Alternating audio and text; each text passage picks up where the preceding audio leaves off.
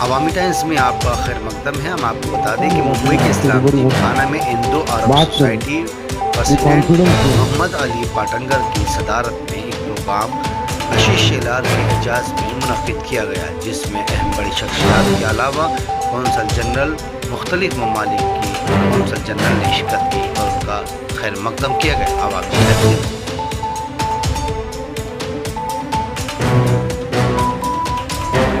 Society के doctor साहब सदर बने, लेकिन डॉक्टर साहब किसी तारुफ के मोहताज नहीं है। इंडो अरब सोसाइटी को तो उन्होंने जबरन उनके गले में डाल दिया गया, साहब आप चलाओ। ये मुसलमानों की बदकिस्मती है कि जिसकी नींव हिंदुस्तान और सऊदी अरबिया को मिलाकर पंडित जवाहरलाल ने प्राइम मिनिस्टर ने रखी हो, जिनकी बेटी इस मुल्क के प्रधानमंत्री रही हो, 55 साल तक जिनकी हुकूमतें रही हो, अगर हम उनसे काम न करा सके तो ये मुसलमानों की बदकिस्मती है।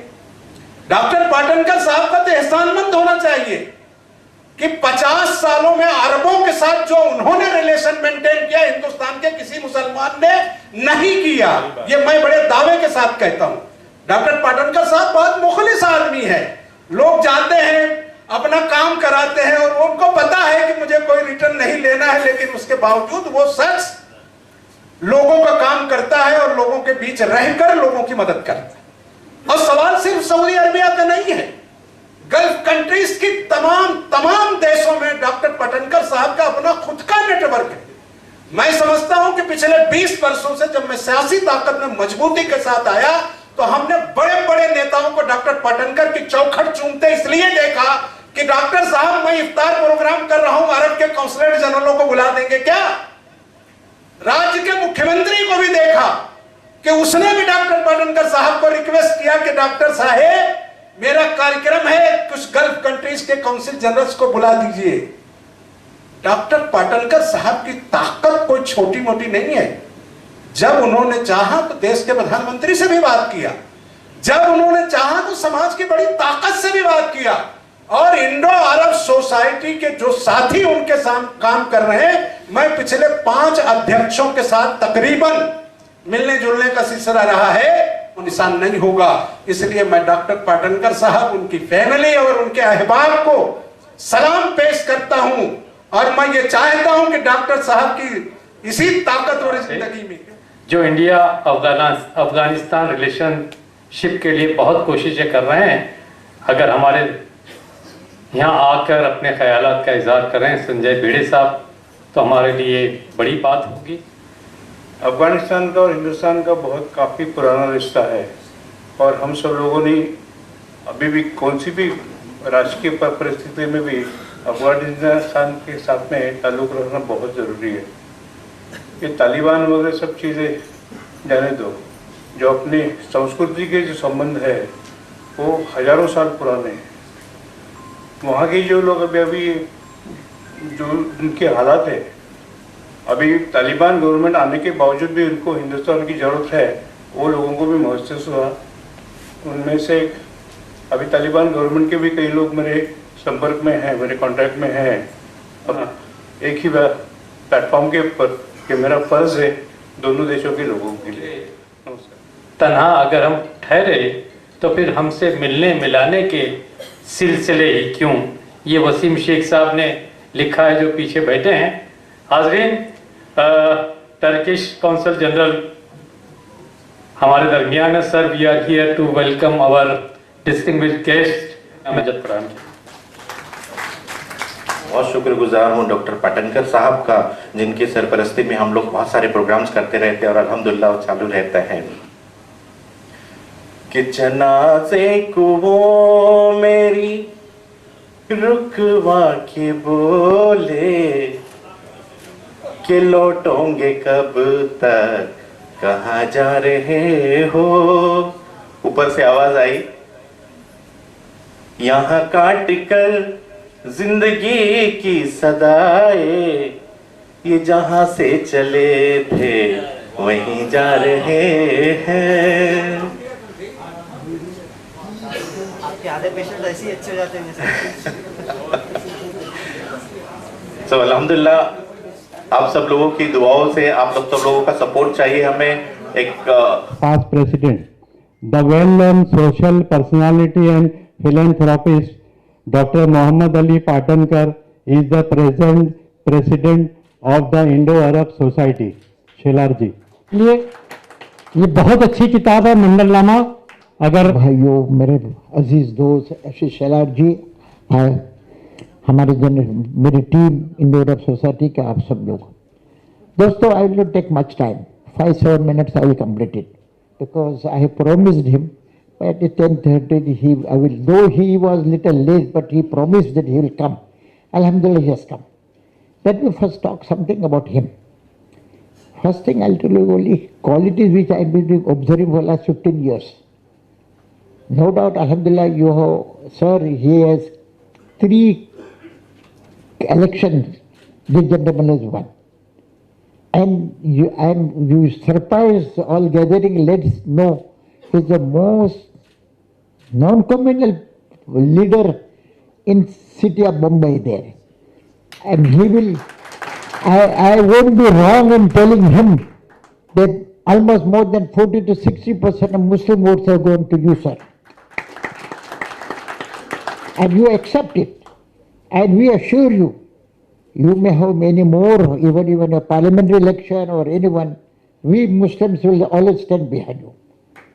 During his election, I want to tell you a secret.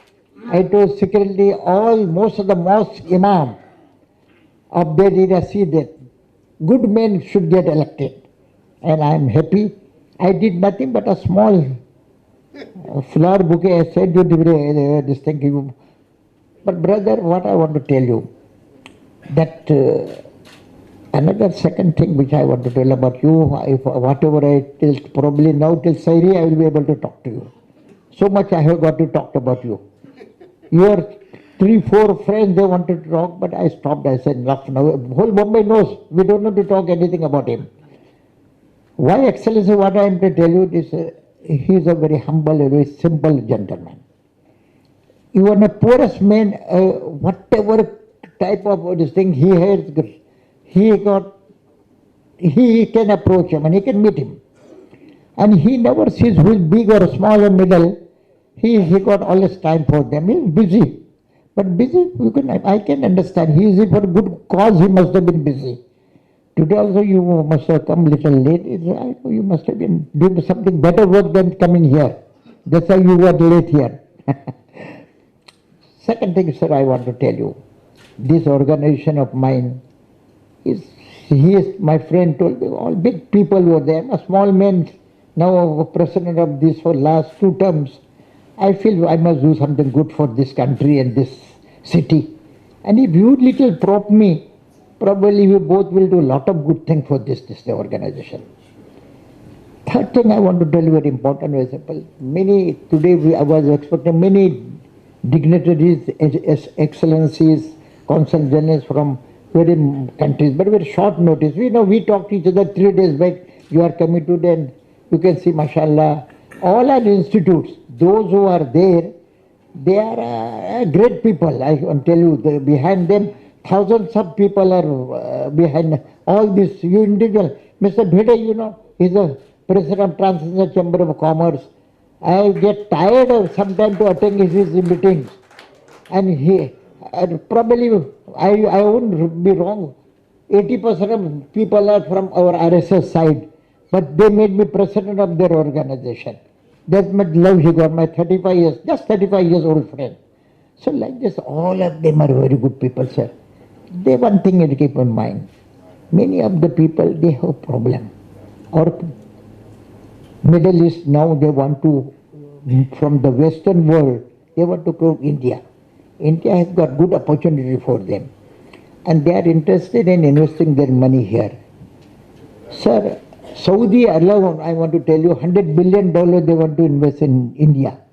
But that is going to Gujarat, Madhya Pradesh, other thing. I am requesting you, brother, that it come to Maharashtra and Konkan. If it goes there, probably it will be a great thing. Correct? So, no, I will not, because आप लोग भूखे थे, आप भूखने लेकिन सब मैंने आपको खिला दिया. And with his permission, I have done this. Now I will not take much time. Let's hear him more. And it is up to him. I give him time, whatever time you can take and talk. We are there to sit. Nobody will get up. Thank you, sir. Urdu academy को नहीं ला सकते, लेकिन Urdu academy का काम हम आपसे ले सकते हैं। भले से मिनिस्ट्री कुछ अलग हो, लेकिन अब ये लोग और मुंबई के लोग ये चाहते हैं कि हम उर्दू एकेडमी को दोबारा बनाएं। इस दरखास्त के साथ मैं अपना काम खत्म करता हूं। फारूक शेख साहब अब जिनको भी बुलाना चाहें, साहब को सुनना चाहते हैं। पहली बार मुंबई के मुसलमानों के बड़े मजमे में आशीष शेलार। यूसुफ भाई अभी अबरानी साहब कहीं पर चले गए।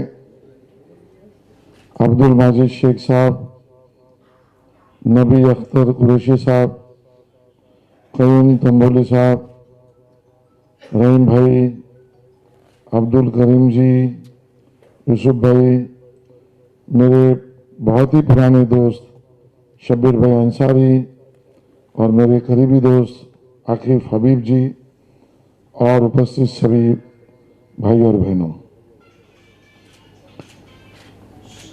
जो भी बोल रहा था वो मैं देरी से आया।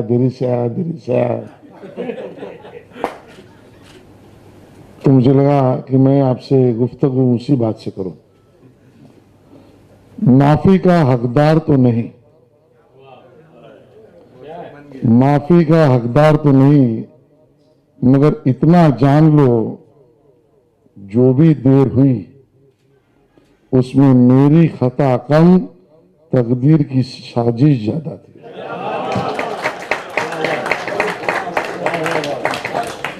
और इसके लिए आगे की बात कर रहा हूं पाटनकर साहब, थोड़ी सी देर कर दी मगर हाजिर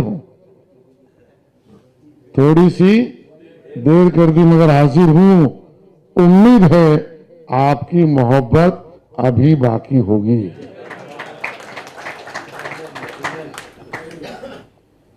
खुशी जब होती है जब एक दूसरे को जानकर, एक दूसरे को पहचान कर भी और प्यार एक दूसरे से करना चाहते हैं।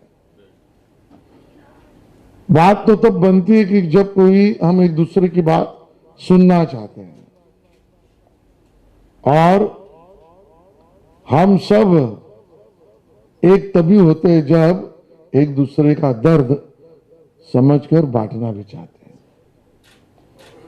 मैं तो उसी रास्ते पर चलने वाला इंसान हूं। आज इंडो अरब सोसाइटी के इस प्रोग्राम में मुझे बुलाकर मुझे मौका मिला कि मैं आपसे रूबरू हूं, बात करूं, ये कॉन्फिडेंस दूं कि महाराष्ट्र सरकार, ये गवर्नमेंट ऑफ महाराष्ट्र 100% आपके साथ खड़ी है।